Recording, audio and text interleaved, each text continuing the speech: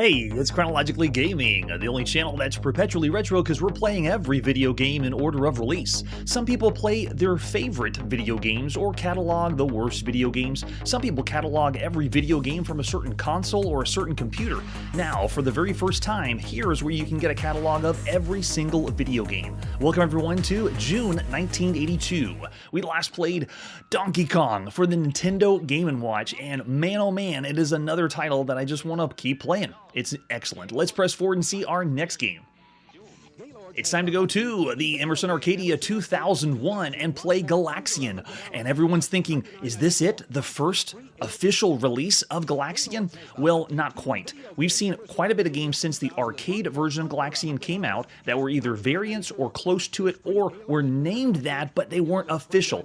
And sad to say, this is another title that is not the official Galaxian, even though it says Galaxian. They did it without permission. Let's take a look at the box for Galaxian for the Arcadia 2001, and they just pretty much take the artwork right off of the advertisement flyer and slap it on the box.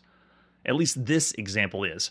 And there's an example of what the cartridge would look like, but sadly, even though we have all this great artwork for Galaxian, and it's not the real official Galaxian, this is sadly a knockoff, and this is going to be replaced.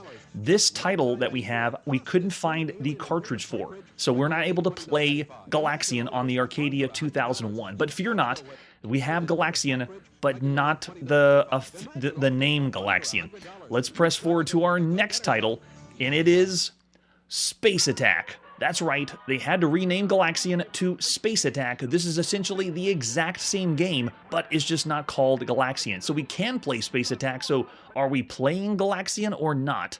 But one thing's for sure, we still haven't seen an official Galaxian that you can play on a home console, at least not yet. Yes, I love the artwork, right? It looks really good. And then you get to this one, you're like, oh, it doesn't look anything like Galaxian. Let's take a look at the box for Space Attack, which is so generic. I feel like we've already seen this title before. Here's a scan for the front of Space Attack. Now, that's an excellent ripoff. We have a Snowspeeder and the Millennium Falcon with, I'm guessing, Star Wars-esque, every single plane I've seen on here. But the artwork is very similar to everything else on the Arcadia 2001. It looks like marker work or possibly watercolor. Yes, everything looks really familiar. Yeah, I like the original scan. And then we have a reconstructed back of the box. It is not the real one, so I won't read that one out. But then we also have an example of the cartridge that you play. Wow. I can't imagine if they got the ripoff from Galaxian and they had to pull that off and put Space Attack in, then they changed the artwork and they rip off Star Wars. Man, what a great time to be alive with video games. There is the lawyers are right now just begging to sue all these games. But it hasn't happened yet, at least not the full brunt of the suing. Let's take a look at the manual for Space Attack on the Arcadia 2000. Wait a second, that doesn't say Arcadia. This is the manual for the Tunics, and the Tunics was the Arcadia in New Zealand.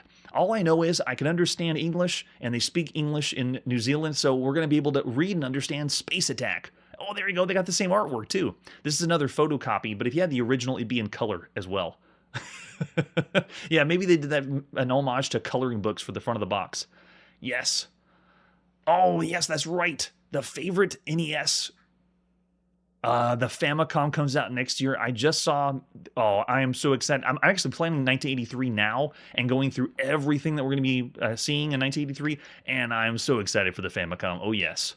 All right, let's see how we play Space Attack. Read the owner's manual. Yes, yes, yes. Always push power on. Got it. What the game is all about. The purpose of the game is to score as many points as possible. Haven't heard that one before. Points are gained by shooting down the invading enemy spaceships with your missiles. Yes. Yes, we know. Push the select button to either play mode. This means you can play to obtain the highest score, or demonstration mode. What? The only two options they have in the game is demonstration or track mode and then play mode? I mean... We've seen, since consoles have been popularized by Atari, there's been game variations and tons of switches that you can switch out, and this only has two? This is just terrible. Just terrible. So how do you play the game? Use the right-hand controller only. Now, everything else we played on the Emerson Arcadia used the left-hand controller, so this is switching it up again. Kind of an homage to the other consoles where you weren't sure which controller am I going to be using, the left or the right. So after you push start, incoming rockets and enemy spaceships, move the missile launcher to the left or right using the disc or joystick control. The Arcadia 2001 uses a disc just like the Intellivision. Fire your missiles at the enemy spaceships by pressing the fire button on the side of the controller or the keyboard. Button number 2. No, they're talking about the keypad. No, use the fire on the side.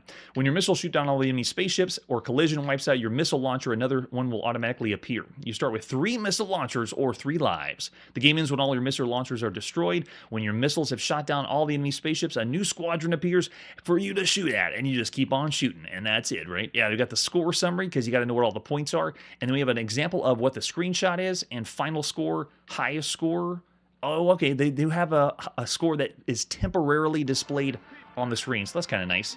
All right, so let's pop in Space Attack and play by UA Limited or Emerson Radio Corporation.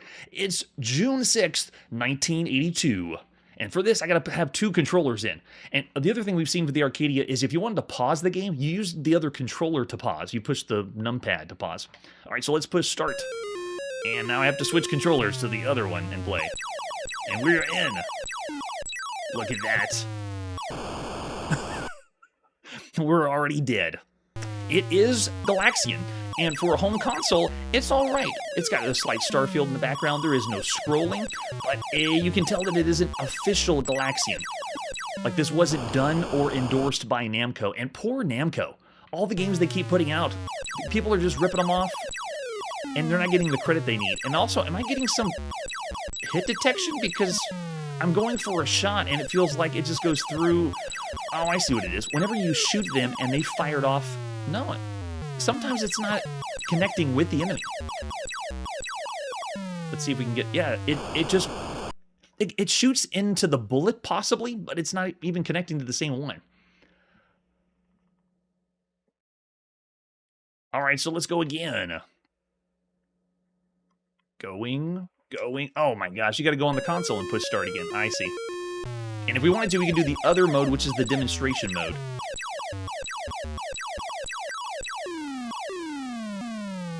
Now, even though this is meant to be an homage to Galaxian, which is a more advanced shooter, I would still find Space Invaders for the Atari VCS more compelling than this. Because all the game modes, different ways you can play and change it up, this one, it just doesn't do it. I'm not going to say it's a bad title, though, for the time.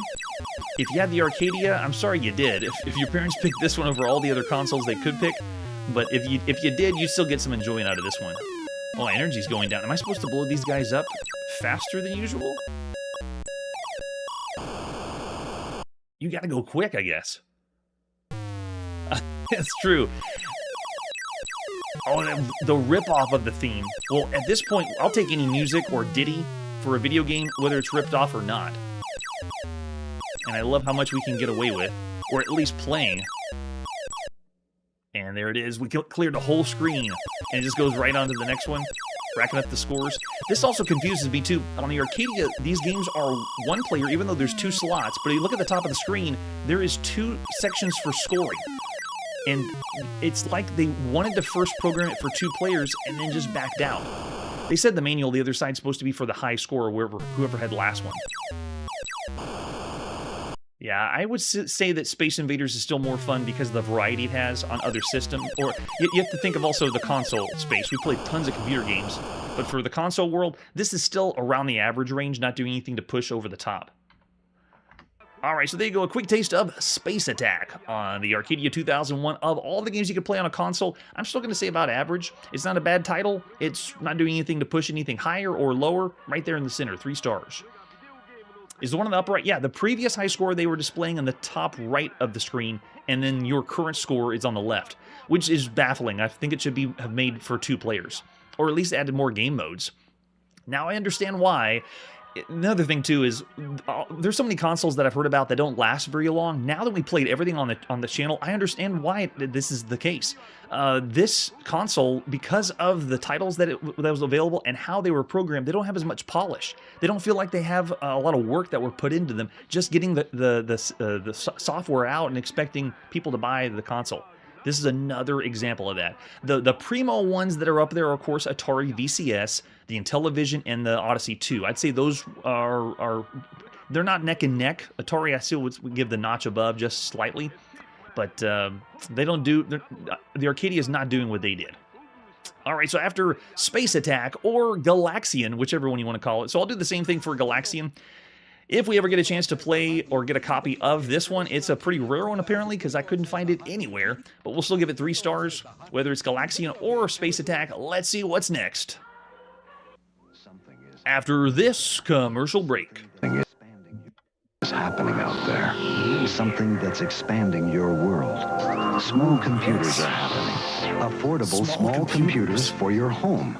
Computers that don't just entertain, but challenge. That don't just teach, but make your children want to learn. To meet the small Makes computer them want that to meets learn? your needs. No, it does not. People at Computerland. At Computerland, we know small computers. Let us introduce you. That's our need to start the show. Let me introduce you, because we go through, of course, lots of video games and console games, but then we have tons and tons of computer games. They are the ones really more saturating the show than the other consoles and handhelds. All right, so this is Computer Gaming World, the magazine for Volume 2, Number 3. It is the May-June issue. Let's take a look at Computer World and see what's happening in the world of computers. If you were a computer gamer, at this time, this is the magazine you'd be reading. This is what you'd be into, what you want to see for as far as content. What's it like to be a computer gamer in the 80s? So here you go. And I just saw the chat. Yes, the second remote, yes, was for your annoying sibling, and that console was for your annoying sibling to pause. Oh, man. Oh, yes, thank you for bringing that up. We will be checking out Bubbles in 1983. All right, so here you go. This is the May-June issue of 1982. Could this cover be any more 80s? And this is around the time Tron is introduced. I believe it's June 1982 when it comes out. And this one, man, yeah, it reminds me of that. All right, let's flip this sucker open. Take a look at the first ad on the left. This is for baseball. And if you are a computer gamer, you're probably into strategy, tactical, or war games, because a lot of the games that you can't get anywhere else on consoles, you're going to be able to do on your home computer. And this is no different. This one is more of a stats baseball game. Oh, yeah, very war games, definitely. And we're going to breeze by this table of contents over here because we're pretty much going to go through most of the magazine. But look what it has. We got some good stuff in this issue. Let's see what's next. All right, next section is letters, and I'd be hard-pressed to say, is any of this real letters? Did anyone really write into Computer Gaming World and they posted it? Or is this fabricated to make topics that they want to talk about? You can see also we have a letter from the editor. This is them talking about like stipulations in the magazine, things they've changed, what's been updated, because every now and then when they have new games and reviews, they change the way they do those reviews. And they're also bringing up like an issue with when they talk about a certain game, if it conflicts with the sales of another game, how do they deal with that? But I mean, we want to hear the truth. So obviously it's a free market. You want to hear the different opinions of a certain game, even if it's going to hurt the sales of another one. And the big one they're talking about is cartels and cutthroats, which is one we've seen before. And then we got some letters to the editor. Lots of different fun things. I'm greatly enjoying CGW, Classic Gaming, Computer Gaming World. However, I hope you will please avoid giving away answers to challenges, as was done in the Malloy review of Ultima. For example, they said things like, will there always be caught in the city, can be found on the 3rd floor of a dungeon, and can be only reached by boat or air. This spoils the reader's fun of discovering these facts for him or herself. Any clues spoil the fun. At this point, there are games so cryptic, I wouldn't know why you would think something would be spoiling the fun. And then they let them know it's not that big a deal. And they break down the cover, a few of the magazines, which is kind of nice. So good stuff there. Let's go to the next page. Next is really what I want to get into. This is what's coming up, or what they say. This is the May-June issue, so we're a little back, because you would have been able to get this back in April, like the end of April, before this was released. But you can see what's coming up soon. We have Dueling Digits and Labyrinth for the Apple II, which we've seen both of those. This one is not the Labyrinth you think with David Bowie. That doesn't even come out yet. And then we also have Apple Panic. And then we also have Dale Archibald, recently signed a contract to write newly computer software and hard review column. You may see it in the local newspaper. Big deal. We also have Guadalcanal Campaign, which we haven't seen yet. Another strategy game by SSI. The first monster war game is what they're calling that one. So we'll see that one soon. Then we also have Road to Gettysburg. Haven't seen that one yet. That's another big one by SSI. Napoleon's Campaign, we've seen that one. And next is the Computer Baseball. We have seen that one. I'm not a big fan of the computer tactical like management games, But even so, we're playing everything. No genre safe here on the channel. As far as computer baseball, how big was this? Because it's based on like Avalon Hill and board games, and a lot of these that are translated from board games to computer games, people are still into and enjoy at the time. One of the things we'll see in this magazine is people sending in their teams to compete against each other, which is kind of cool. Yes, Archibald. I don't know anybody by that name. And then we also have the Ricochet Bounce Off National Championship Tournament. If you're not familiar with Ricochet, it's a slightly... the best way to describe it is like Pong, but tactical, where you have one on either side with paddles, but the paddles don't move until you have a turn-based, like switching up the paddles. Kind of difficult to describe, but you can always look down below on all the games we've ever played and check out the link for Ricochet. But they're doing a championship. I didn't think the game was that good. Even to muster up a championship is surprising. Then we also have Automated Simulations' new golf game 4 is going to be available in early May, and we've already seen it. 4 is already out there. SSI is going to release Simtron Masters. Now, this is one I'd love to know where it is. This is one of the magazines that we are reading on the show, and obviously there's tons of magazines that are out there we do not showcase, but there's games that are in magazines. I have no idea where they are. Here's an example. Someone find or get some information on Simtron Masters by SSI. I mean, it's by Strategic Simulations Incorporated. It has to be popular, but no, I can't find any information on this, if this game even exists. Looks like it costs $40, and it's in early June, but nope, I have no idea where this is. Avalon Hill has other titles like Draw Poker. Don't really care about that one. Bomber Attack, Tank Arcade. We've seen Bomber Attack, Tank Arcade, the Road Racer game, Bowler, and Shootout at OK Galaxy. We're going to see the Road Racer and the Shootout one coming out soon. And then, obviously, Computer Baseball Strategy as well. And then down here we have another game, Microwave, which you've also seen. And then Snack Attack, County Fair, Thief. All these are the Berserk-style games. We've seen all those. Those are pretty cool. And then we have Taxman, which is a very bizarre game. It's whenever we played an episode that happened to have lots of tax games at the same time. No way! I did not know that, Manly. I understand why he changed his name. And we also have Color Space Traders and Color Space Invaders. Both of these we saw back in 1981 by Spectral Associates, and it looks like they're the same for the Color Computer too. All right, and over on this page, we have more for the Coco, Madison the Minotaur, and Ghost Gobbler. We've seen all this and more. We are computer gamers with other gamers here on the channel. Then we also have computer stocks and bonds. I wouldn't recommend it. Guns of Fort Defiance is interesting because it's a strategy game. I think that's Avalon Hill. And Avalon Hill doing a slight action game is a little weird. And then we have Road to Gettysburg coming up. Pursuit of Graf Spee.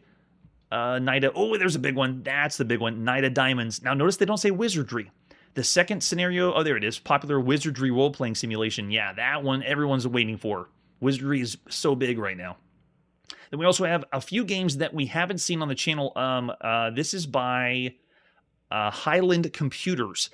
We've seen Uldor's Revenge, we've seen Tarturian, and we've seen Creature Adventure, but we haven't seen Goblins or Mummy Revenge. So I don't know for sure where those games are, if they exist. And then Hockey here by Gamma Software, we have seen that. That's a 4-player hockey game, not bad.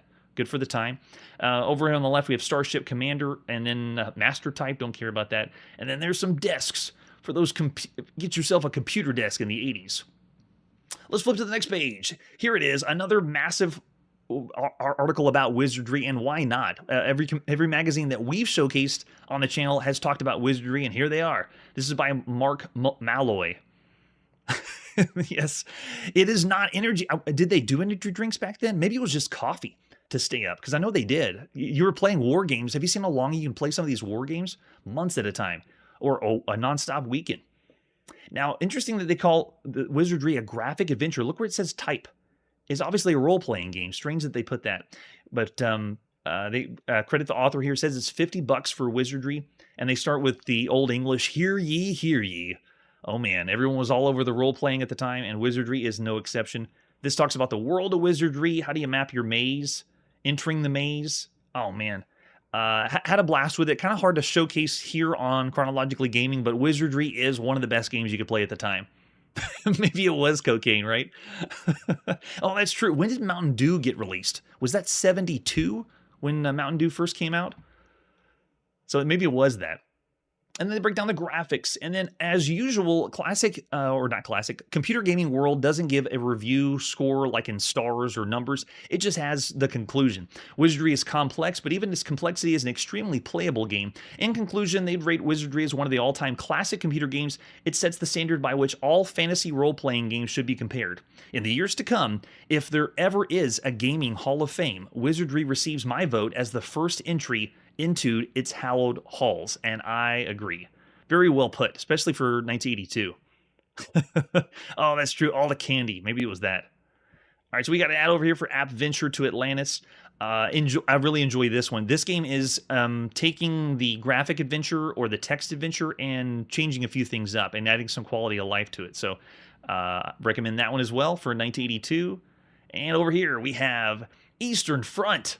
Now, this is pretty cool. This game I'm seeing talked about lots and lots. We played the very first iteration of it. This is by Chris Crawford, and this is one of the best, easiest to get into tactical games because of the interface. The way that it moves the cursor around easily, you don't have to type in coordinates or use a hex grid or anything like that.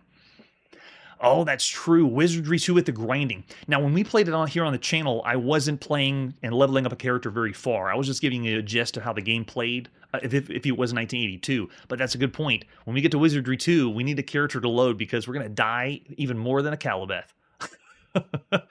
Oh, yeah. Jolt Cola. No. That's, what, triple the caffeine? So here we go. This is the latest war game by Chris Crawford. It's not necessarily what the mechanics of how the tactical game works, because it plays like most war games, but it's the interface. This is what sets it apart. I would say this is one of the best war games you could play at the time. So fun. Eastern Front 1941.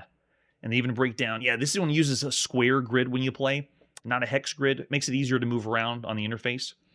And then they say for 1941, the next step is to try it yourself. What you've learned here is to enable you to get a respectable score. Further experience will teach you about timing, terrain, supplines, and probably overextending yourself. I hope that from now on, as your skill grows, you'll see a corresponding increase in your scores. Well, thanks. No way, a Castle Wolfenstein contest. What's that?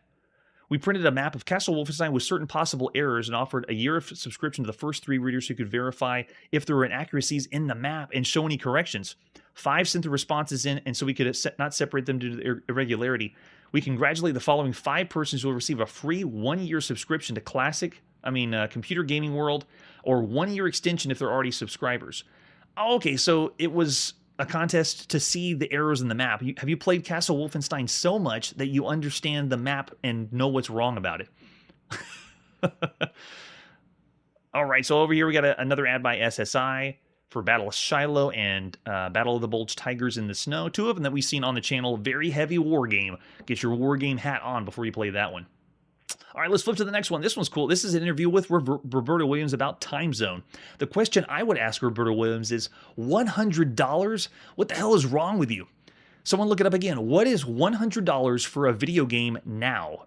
If you bought it in 1982 for inflation, what would it be? Is it like close to $400 for one video game? I don't think there's any video game, not even classic compilations or collector's editions, that are around that cost. So here you go, Time Zone, the long-awaited multi-disc adventure. I believe it was on 6 discs. Computer Gaming World interviews Roberta Williams, and they get to ask her some pretty cool questions like how long this took to make, and oh yeah, I don't remember this drawing anywhere else for Time Zone. Whenever we saw the artwork or played it here on the channel, we didn't have this one. So they say that Time Zone was over a year in the making in addition to 6 months writing the game. And so Roberta Williams says, actually, those who are involved in the project worked 8 hours a day. Some 10 did not work on the project full time. Like Ken Williams wrote the original interpreter, which is why his name appears on the list. He never actually did any of the work, though. That part was done by Jeff Stevenson, who was the original interpreter that Ken written and reworked it to fit Time Zone. There were a lot of modifications that had to be done based on your question. I worked 6 months by myself, although it wasn't 8 hours a week, 8 hours a day, 5 days a week. Oh, wow. I don't think they did selling well. How many actual copies of Time Zone did they sell for $100? It probably didn't sell as many. And probably the reason why they didn't go making these very lengthy 6-disc or even larger games. All right, so they want to know what kind of profit you make from time zone. So they're asking the question. They didn't ask specifically the... Yeah, they said the final form, which is equivalent to 12 discs, but they didn't bring up the price. They're saying just how much they make. But this is cool. Roberto Williams says, we normally pay 25 to 30% royalties for a game design. Time Zone is all in-house and will receive no royalties. Remember, Time Zone couldn't have been done by one person. It couldn't have been done by 2 or 3 without several years' work. While I wrote the game, other people programmed it and did the graphics. Sometimes I feel that people didn't think I'm as much part of the creative process as I claim due to the fact that I don't program. Uh-oh. The designing of the game and the most important, the creative part of the project, and also the most fun. Yes, it is. So the rulebook mentions restructuring and accomplishing. What's the difference between that respect? And then they talk about, they talk about the historical context because it's time zone. You're going to different periods in the game. Oh man, yeah, I'm with you. Sierra is my favorite adventure game company. I've been really excited and fortunate to play everything by Sierra so far. Oh gosh, Diamond Raw. Oh yeah, we're gonna see those later. Oh, I'm so excited for that era. Whenever we get the LucasArts like competing with the Sierra Online, it's gonna be great. All right, so they talk about the errors, like they made a mistake in time zone, and Roberto Williams says it's more of a geographical or zoological than historical. I put a ray bird in Australia when it actually belongs in South America. The mistake occurred to me a trip I made to Los Angeles Zoo. The animals displayed came from... Oh, okay, so they made a mistake about a bird. Yeah, well, you know when you play Time Zone, you're not going to go for historical accuracy anyway. You're playing to just have a fun game, not something educational. And they also say the rulebook mentions in May you'll be able to offer hints on Time Zone. What? So at this point, we're now in June 1982. Maybe they did offer hints. Because they have to have a hint book by now, right? Oh, yes. Playing it was a very long game. Whenever I went back and played a little bit longer, I only still was in the prehistoric era. I didn't get to the next one. But I can't imagine. They said that the average play time is like 50 to 60 hours to finish Time Zone. It's ridiculous. But really cool, great interview with Roberto Williams here in Computer Gaming World. And we flip the page to our next side. This is for Voyager 1, another game we've checked out. They call this a 3D maze game in the magazine. And William Volk did this one. It's much cheaper than the other games they've talked about so far. I kind of enjoyed this one. It was a little tricky to get into because you needed to know keyboard commands to move around the maze. Oh yes, Live a Live. Oh man. Oh, that's an excellent one. And then over here we have the Space Gamer being up to date with the reviews of the newest computer games. You need to sign up for the Space Gamer. So not just, it's an advertisement for another game called the Space Gamer. Not familiar with that magazine, but they got some cool pictures there. And then over here, looks like, oh, do we not get the end of this? Oh, okay, the Voyager 1's continued on page 38. I see. Okay, so we'll finish whatever they say about Voyager 1 later. Someone able to translate Time Twist. Oh, yes. I really enjoy all the fan translations. I just recently found a cache of tons of fan translations for all the Japanese home computers we'll be seeing. Not every game is translated, but it's going to help out immensely when we play everything in Japan. Okay, over here is the Atari Arcade. Recently we got Asteroids and Missile Command for the exciting event. And then now we have this, by the way, is not actual arcade. These are arcade games for the computer because we're a computer magazine. We have Protector, Mike Potter's Protector, which is pretty cool. Eastern Front, and then Caverns of Mars. I'd say Caverns of Mars is another incredible game for the home computer. And then we have Chaos, which if you haven't seen that one, it's a little bizarre. Chaos is like a slight platformer. So yeah, arcade style game, but not like Donkey Kong platformer. And then this one, I'm glad they gave a shout out to Action Quest. If you get a chance to check the links down below for all the games we've ever played, look at Action Quest. It's just a poor title though. Action Quest is so boring and generic, and it even makes you think you're going to play a text adventure game, but it's not. Action Quest is really, really, really good. And then we over here have the Softside magazine. Man, Computer Gaming World is giving props to the other magazines. Softside is where we have seen lots of games that are typed in when we showcase any typed in games. So cool. We haven't really read a Softside, but we play a lot of games from Softside. All right, let's flip the page, and this is kind of cool. This has a lot of little hidden things here. So this is the West Coast Computer Fair, and every one of these pictures, I'll point out the number I'm talking about because there's some cool pictures they took of the time back then. So if we scroll down, check out number 6. Number 6 on the left side, there's Richard Garriott. That's right, Lord British himself. And then next to him is Ken Williams on Sierra Online. And then if we go to, oh, look at number 8. Number 8 is Scott Adams. There he is in his afro. He looks like the actual embodiment of what his picture is on his current graphic adventure games that he's remade. Too crazy. And then over here on the other side, we have, there you go, check out number 10. There's Chris Crawford at the time. And I don't know what's on his computer. I'd hope it'd be Eastern Front 1941. But the other one is like number 14 is the booth for Adventure International. Yeah, I know, right? It's so cool seeing these pictures. And just imagine, look at that. Look at the Adventure International booth, number 17. They made an entire like faux castle. Very impressive. Would love to go to that one. If only we could go back in time. All right, let's move over to the next one. Next article is about long-distance gaming. Using the Source or CompuServe. I'm more familiar with CompuServe than the Source. Yes, he will always be the Bob Ross of computer gaming. Did you start that one, Chiptune or Victor? Because I think you were the first one that said it on the channel. I'm blown away. But this is kind of cool about the playing online. They show or tell you about some of the games you can play.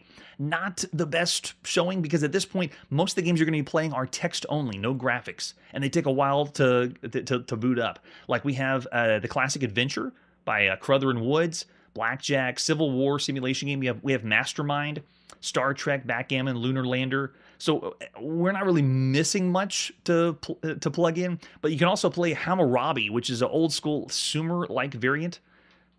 All right, and then we have the, oh yeah, so I went through this list to see if there's something we hadn't played yet or seen yet, and there's only 1 or 2 that were mainframe computers because we don't play those here on the channel, but other than that, we're not missing too much, but just cool that it's happening now in 1982. And then over here is, now your computer can make personal-to-personal phone calls. That's right, on your home computer. So cool. Let's flip to the next page. All right, next is about getting in the mindset of going from a board game to a computer game, or what's happening in your head when you're playing those board games. Oh, Mega Wars, yes. Great shout-out, Curtis, on the CompuServe. Very nice. He does look like that. All right, so this article is breaking down the hex grid, because when you played war games, Risk type games, or anything on a tabletop, large scale, let's play all weekend kind of game, the same applies to the video game world or computer world. So they're kind of telling you what's the best way or technique, and we still have this now. I currently play Civ 6. Civilization 6, and so this whole hex style play, they're telling you the best strategy for these kinds of games back here in 1982. Brilliant. Let's flip on. Okay, so this is another game that I wasn't going to play on the channel at all. Jabber Talkie. This is slightly educational or slightly puzzle. It's how do they describe it? They call it a programmable word game here. And it's available on the Apple II and TRS-80, but I didn't get them on either one of those platforms. We are going to see this on MS-DOS at some point, so we will be able to have a taste of what Jabber Talkie is, and then we'll see that in the future. Sometime. All right, is this still about Jabber Talkie? It is. Gosh, they have a giant article about it. And then over here's on our Fascination Software, and then we have...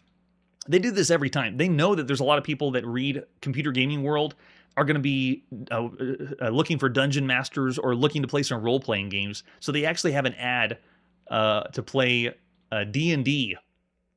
What do you know? Let's flip on. And here it is. This is the tournament results of playing a managerial baseball simulator based on a board game turned into a computer game. And all you do is you put in the stats for your team, and then you send that in to Computer Gaming World, and then they play the games against each other. Now, this is more reminiscent of a teletype game that was available, where you would insert all the stats of all the different players, and then it would play the game out, but the answers were sent out on the teletype. So you have to read off the answers like, okay, so-and-so ran to first, okay, and then he got out, and then he got a strike, and so forth. And there it is. Ooh. Congratulations, Dodgers and Yankees. Looks like they are the victory, at least here in the magazine. All right, next is pretty cool. This is the article for Olympic Decathlon. We've seen two different variations of this. We saw the first one that didn't have the Microsoft label on the front, and then we saw the official one on MS-DOS that had Microsoft on the front. So it's either Olympic Decathlon or Microsoft Olympic Decathlon. This one is a game first of its kind. This has the mini game style of, we've seen plenty of games, track and field that's going to come out later, Hyper Olympic and so forth. This is the very first game to ever do that. And so check out what they say about this game back in 1982. It's one of, there it is, Olympic Decathlon, one of the truly classic computer games. Get it not only for the fun of it, but because it's an important contribution to the computer gaming hobby. Very well said. And we flip on to our next one with The Eagle is Landed, which is Lunar Lander. So it's just playing Lunar Lander, which is kind of fun. We've already seen Lunar Lander about 10 times here on the channel, and it won't be the last. I have no real complaints for this. This is by Adventure International. They have a winning program here, just as advertised. It makes me a bit envious to look at some of the early efforts of creating a Lasso TM slip program. Not familiar with that. Complex, challenging. Yeah, if someone wants to explain that to me, I'm not familiar with a Lasso TMW SIILP program. Whatever that might mean. Let's flip on. Another review for Swashbuckler. Very cool sword fighting game. It takes place from a side view perspective. Kind of reminds me of a little of Karateka whenever we see that one way later in the future. Very fun. Paul Stevenson is the one that did that one. And they say for Swashbuckler, players of computer gaming world find the graphics to be superb, and I agree. The design's somewhat unique. However, for another, they bring out Dragon's Eye. Okay, so they reference another game. If you do want to check the links of us playing Dragon's Eye here on the channel, I did terrible. It was whenever I didn't look up how to play the game, I wasn't familiar with how it works. It is a very difficult game to get into. And for the both two versions we played Dragon's Eye, the game didn't allow, or it was very difficult to get into the fighting scenes. But whenever you did, you fought from a 2D perspective, and you got to do some sword play. But I say Swashbuckler is better for sure. Yeah, look at this art they're giving. Isn't that great? And for my knowledge, what they gave for Time Zone and all the other games we've seen, this is not anywhere else. It's not found in the box for the game itself. This is all brand new stuff. Nice. All right, let's flip on. Oh, here you go. Last page is the end of... Oh, it's the conclusion of Voyager 1, what they thought. They feel the graphics of Voyager 1 are in good. Game design itself is too simplistic to hold the entrance of the average computer game player for very long. Yikes. Persistence is your thing. You'll find Voyager 1 interesting.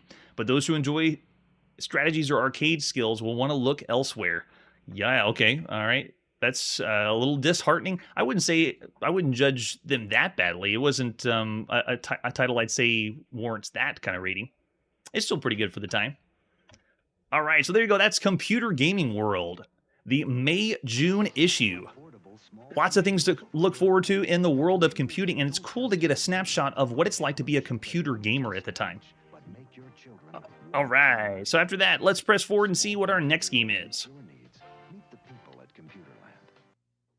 It's time to go to the Apple II, and this is Prism. Let's take a look at Prism. This is a title I'm not familiar with. Starting with the box. Oh, it looks epic. A quest for the magic keys. Join in exploring an alternate universe. A puzzle where fantasy becomes reality and wealth awaits the clever. Prism. Very nice. I don't see any... Wait a second. It says in the bottom left, a story disc. What is a story disc? In your hand lies the secrets of the Prism, an ISM story disc. All right, so truth be told, a story disc means this is more close to a choose-your-own-adventure than any other game we've played here on the channel. We follow adventurers. We have a story to unveil. There's lots and lots of reading, but sadly, there is no text parser to this. It is a true choose-your-own-adventure. It does look like a cover to a fantasy paperback, right? Yeah, it truly is. There's lots and lots of reading in this one. Here's the ad you would have seen at the time. Who wish to be informed of the mystery, the solved, and keys can fill out this form and return to... Oh, no, this is an ad. This is the form you'd fill out to get the answers to Prism, I think, or to make your way through the game. And there you go. If you flip open the inside cover, this is what you'd see. It's a story disc which tells the wondrous tale of the theft of 3 ancient keys of color and the adventures of a young boy who seeks the monstrous kingdom of Yulsva, Plane of Darkness. All is chaos. Of course it is. The reward for the intrepid treasure seeker is the possession of the keys themselves. So you got to find those keys. And we have the blue, red, and yellow key. It just makes me want to play Doom. Get the blue, red, and yellow key and open the doors. We don't know what Doom is. Insert Prism story disc into drive 1 and make sure the sticker on the diskette is facing up. And then you push PR number 6 followed by the return key and the story will start. To advance the page, you hit the forward key and back key, and that's all it explains for controls. That's it. That's all it has. There's the 5 1/4 floppy disk to play some Prism, but are we really going to be playing Prism? Here's a little zoom in of what the manual would be like, or like the inside sleeve. The marketing is top notch. This looks great. It looks like a fun role-playing game or adventure game, but sadly it is not. I hope not. All right, we also have, this is 2 different sides of the disc. Let's pop in Prism. On our Apple II, it is June 12th, 1982. Prism is going to be a very quick affair because there is no walkthroughs found online. Go ahead, look up Prism right now on the Apple II. You will find nothing because this is just a straight choose your own adventure. There's not much gameplay that will happen. But look at this. Look how it starts. The presentation's so good.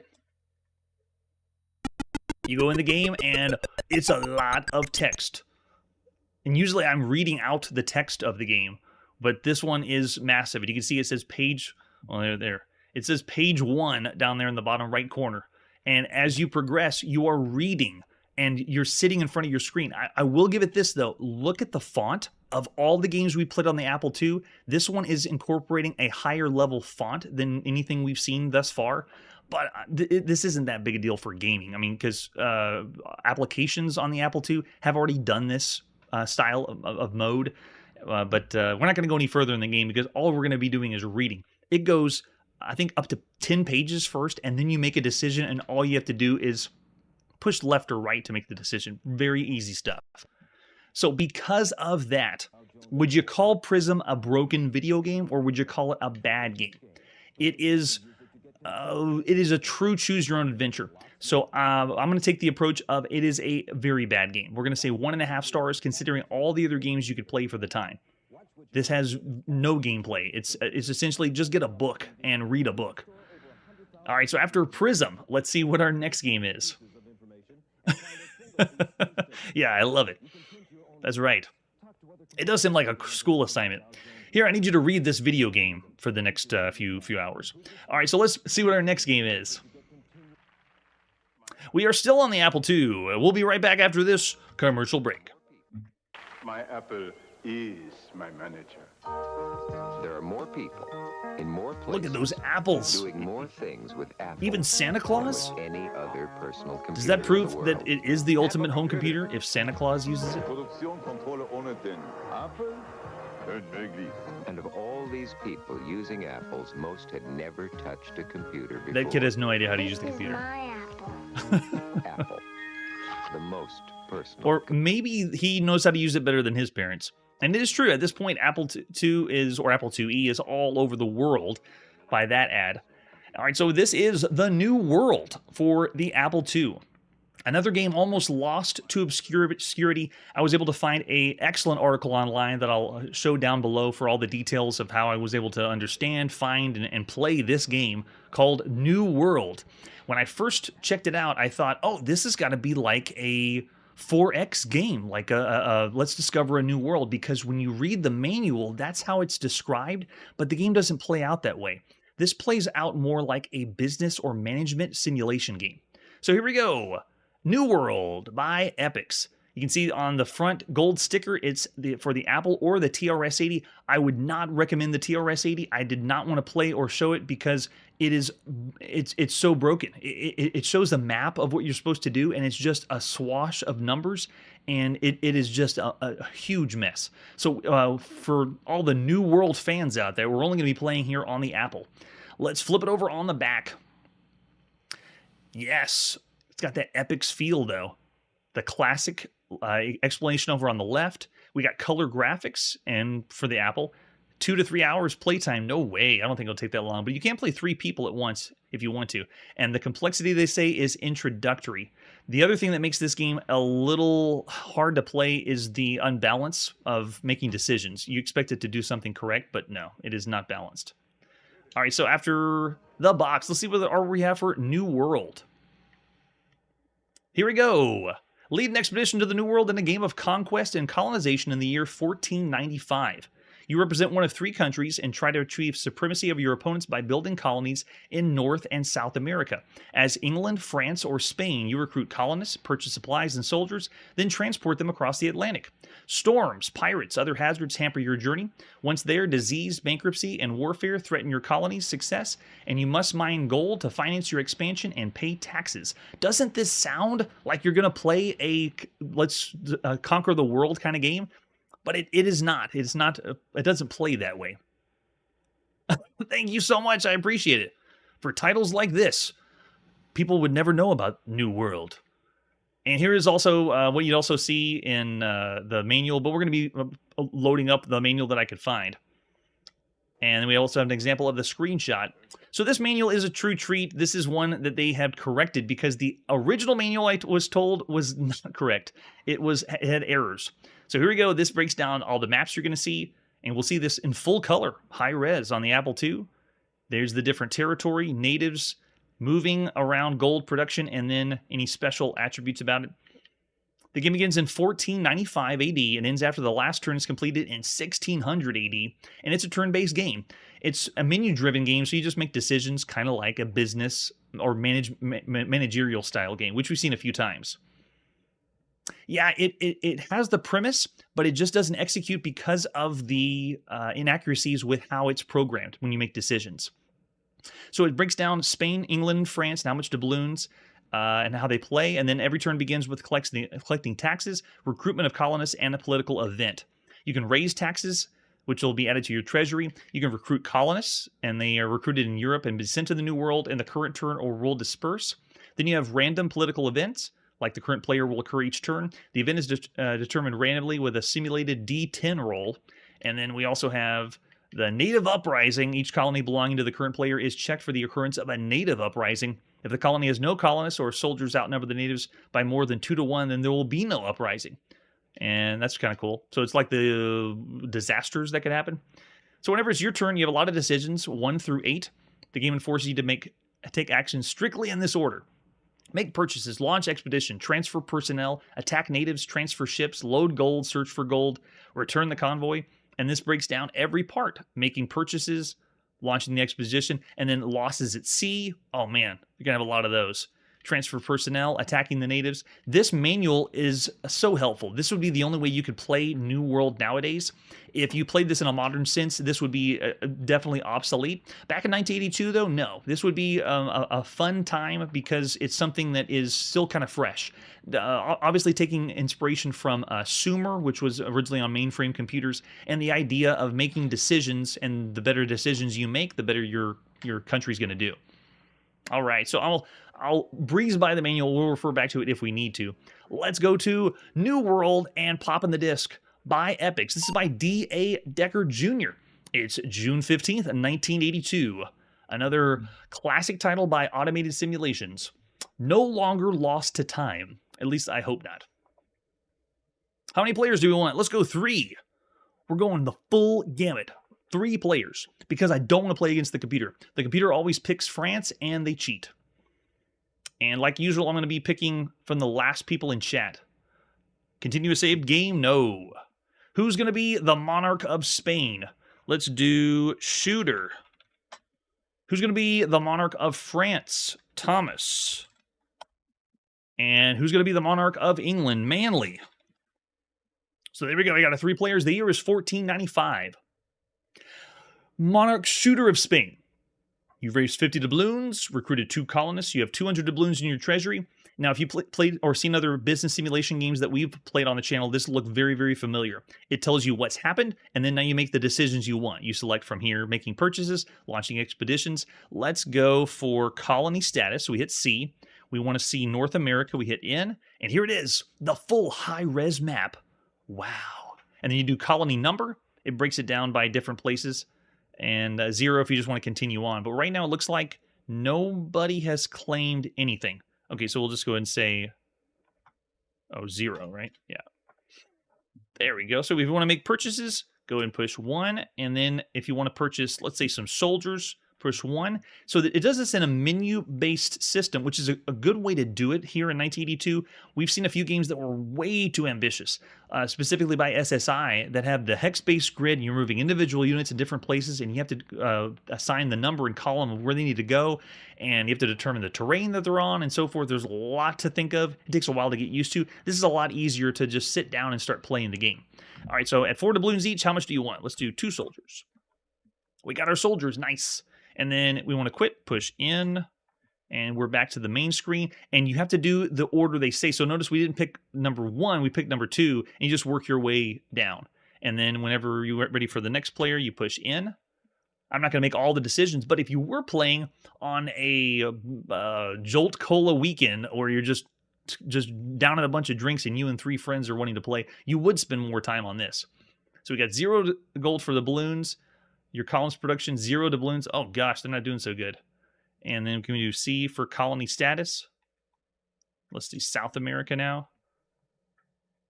And what you do is you amass more colonists. Colonists find more land to claim. You have more land to claim. You can look for more gold. You make more gold, you send more colonists, and rinse and repeat. It's not really that simple, but it's still a simple concept for it. Yes!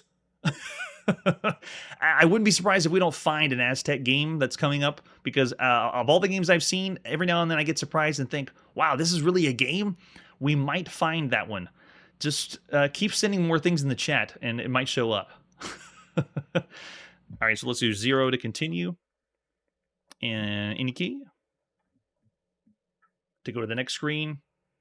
All right, so Monarch Thomas of France. You've raised 40 doubloons in taxes. You have 4 colonists. Oh, look at that. I think France is cheating. Even when the computer was playing, and I was testing this out for the channel, playing even as a human being, I think France is cheating. All right, so we can also do 7, search for gold. I don't think we'll let us do it. Yeah, we have to have colonists where the gold is. So you have to send the colonists to where it is, and then search for gold. All right, so let's go to the next player. And then it gives you the stats of what you did this turn. And we did nothing. The more decisions you make, you end up learning what's the best decision to make and what's not the best one. But it does take a lot of trial and error. All right, so let's push any key to continue, and it should move on to our last player. No, it is not. This is considered obsolete by current standards. By 1982, though, I would still call this subpar, considering all the other games you could play. Monarch Manly of England. What do you want to do? Let's launch an expedition. Where do you want to send? Do you wish to send an expedition to the Americas? Yes, we do. How many colonists, soldiers, and ships will you send? Okay, so let's do 1, 1, 1. You've assigned more than you own. Oh, we have 0. We have no colonists. We have to recruit them first. Okay, so no, we don't want to send anybody because we don't have anybody. And obviously, we can't go back. Once we made the decision, that's the other thing that makes it a little clunky, is once you select one of the options, it doesn't show up again. It's gone. You can't do it again. You can't redo your turn. All right, so let's go ahead and return to the convoy. Which colony do you wish to leave? And it's going to ask question and question and so forth and so forth. So there you go. New World. A quick taste of what it's like to play New World. Of all the games you could play at this point on a home computer, I'd still give New World a subpar rating, or around the average rating. It should be bigger than it is, but honestly, because of the bugs and because of the unbalancing, you wouldn't find as much enjoyment as the other computer titles, specifically strategy game titles at the time. So we're going 2.5 stars for New World. There you go. Was it good? It was good enough, I guess, for the time. All right, that's where we got to put our video game playing on pause this evening. It is 1982. We are playing everything. Get ready for the Japanese invasion. We're going to see all the Japanese computers and all the consoles. We're going to see everything that comes out in England, the United Kingdom. Get ready for the Commodore 64. Get ready for the Vectrex. There's so much stuff coming out. In fact, if you think we're only halfway through because we're in June, we have so much more that's going to be happening because the game count blows up as we get closer and closer to Christmas. Obviously. That's it for today, and like I always say, once a computer gamer, always a computer gamer. Hey everybody, thanks for checking out the channel and joining me on my quest to play every single video game in order of release. We'll be streaming live every weekday at 9 p.m. Central, so join us and let us know if we missed any games along the way. This video would not be possible without Launchbox, RetroArch, and MAME. Tell all your friends there's some crazy guy named Chronologically Gaming trying to play every single video game. We have links down below that'll send you to places like our Discord and Patreon, and one that says all the video games we've ever played. If you go there, it's a list of everything, and you can click right to the game you want to see. Chronologically Gaming is the name to look for. We are Perpetually Retro, and we will